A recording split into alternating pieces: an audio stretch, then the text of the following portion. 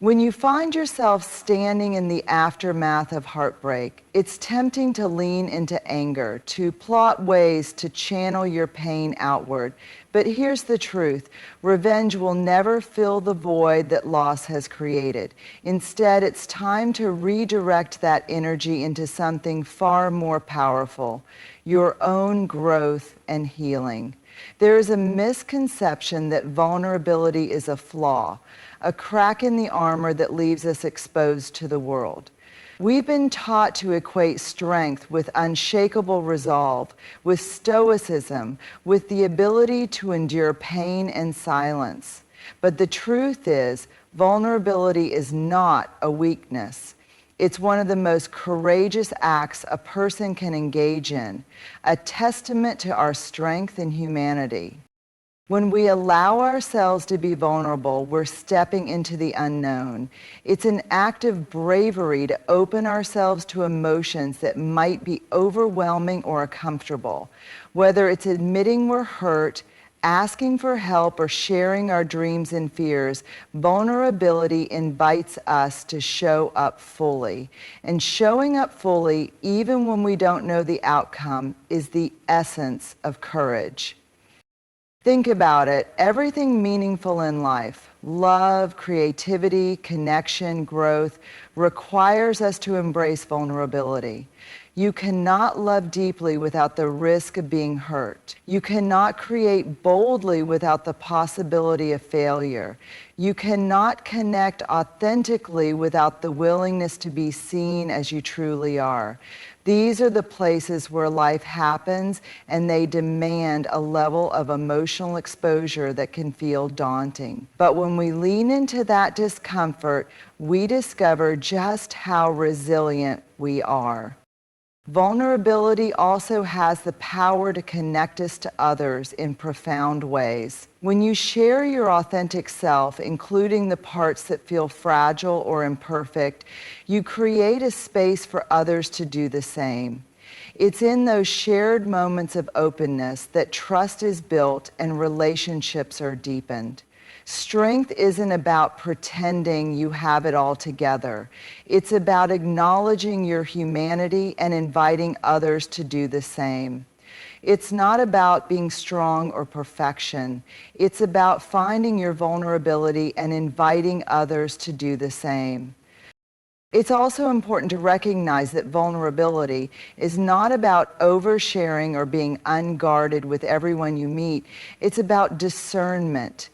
Choosing the right people, the right moments, and the right context to be open. True vulnerability is intentional and comes from a place of self-respect and self-awareness. In the context of heartbreak, vulnerability might mean allowing yourself to grieve fully, to cry, to admit that you're hurting instead of masking your pain with anger or indifference. It might mean reaching out to a trusted friend and saying, "I'm not okay and I need support." It's in these moments that you reclaim your power, because you're choosing to face your pain rather than run from it. Ultimately, vulnerability is not the absence of fear, but the decision to move forward despite it. It's a quiet strength that says, I am willing to show up as I am, to take risks, to be seen, and to grow through this experience. When you embrace vulnerability as a source of strength, you're no longer defined by what has happened to you. Instead, you're defined by your courage to keep showing up raw, real, and ready to embrace life in all its complexity. When life breaks your heart, it's easy to fall into the trap of self-criticism. You might replay events in your mind, wondering what you could have done differently, blaming yourself for the pain you feel, or questioning your worth. But here's the truth: healing doesn't come from punishment, it comes from compassion. It starts with treating yourself as someone who is worthy of care, understanding, and kindness. Self-compassion is the foundation of healing. It's the gentle voice that reminds you it's okay to hurt and that you're not alone in your struggles. It doesn't demand perfection or instant recovery. Instead, it invites you to embrace the messy, non-linear journey of moving forward. Imagine how you would comfort a dear friend who's in pain. Now turn that same warmth and tenderness inward. Speak to yourself with kindness. Give yourself permission to feel without judgment. But self-compassion isn't just about soothing your pain. It's also about taking responsibility for your well-being. That's where boundaries come into play. Boundaries are the lines we draw to protect our energy, our emotions, and our sense of self. They're not walls that shut others out, but tools that help us navigate relationships with clarity and respect. Setting boundaries after heartbreak can feel difficult, especially if you're used to prioritizing others over yourself. You might worry about seeming cold or selfish. But boundaries are not acts of rejection. They are acts of self-respect. They communicate your needs and create space for healing. They allow you to step away from situations or people that perpetuate your pain and instead focus on what nurtures you. Start small. Boundaries can be as simple as deciding not to engage in conversations or activities that leave you feeling drained. Maybe it's limiting contact with someone who has caused you harm, or saying no to obligations that overwhelm you. Boundaries are also about how you treat yourself, setting limits on self-criticism, choosing not to dwell on negative thoughts, and giving yourself the grace to rest when needed.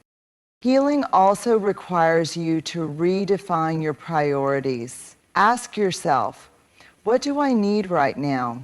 Maybe it's time alone to process your feelings, or maybe it's connection with people who uplift and support you. Maybe it's pursuing a passion or simply taking a break from the noise of life. Whatever it is, honor it without guilt. When you practice self-compassion and set boundaries, you're telling yourself and the world that you matter. You're reclaiming control over your life and making space for growth. This doesn't mean the pain disappears overnight. Healing is a gradual process, full of ups and downs. But with every act of self-kindness and every boundary you honor, you're building a stronger, more resilient foundation for your future. Remember, healing isn't about erasing the hurt. It's about integrating it, learning from it, and becoming more whole because of it. By showing yourself compassion and respecting your boundaries, you create the conditions for transformation. And that is a powerful act of self-love. Heartbreak has a way of dismantling the world as we know it. It shakes our foundations, leaving us grappling with questions about who we are and where we go from here. But within this upheaval lies a profound opportunity, the chance to transform. Transformation is not just a reaction to pain. It's a deliberate and powerful choice to turn adversity into growth. Transformation begins when we shift our perspective. It's easy to see heartbreak as the end of something, a final, painful chapter. But what if instead it's the beginning of something greater? What if this moment of pain is an invitation to evolve into the person you're meant to be? This shift doesn't erase the hurt, but it reframes it. It allows you to see the loss not as a conclusion, but as a catalyst for change. The first step in transformation is self-reflection. Take a moment to turn inward and ask yourself, what can this experience teach me? What do I need to let go of, and what do I want to build moving forward? Pain has a way of illuminating the parts of ourselves we often overlook. Perhaps it reveals patterns in your life that no longer serve you: people-pleasing, fear of vulnerability, or settling for less than you deserve. These realizations, though uncomfortable, are gifts. They are the starting points for growth. True transformation also involves letting go. This is not about forgetting what happened or minimizing its impact, but about releasing the hold that pain and resentment have on you.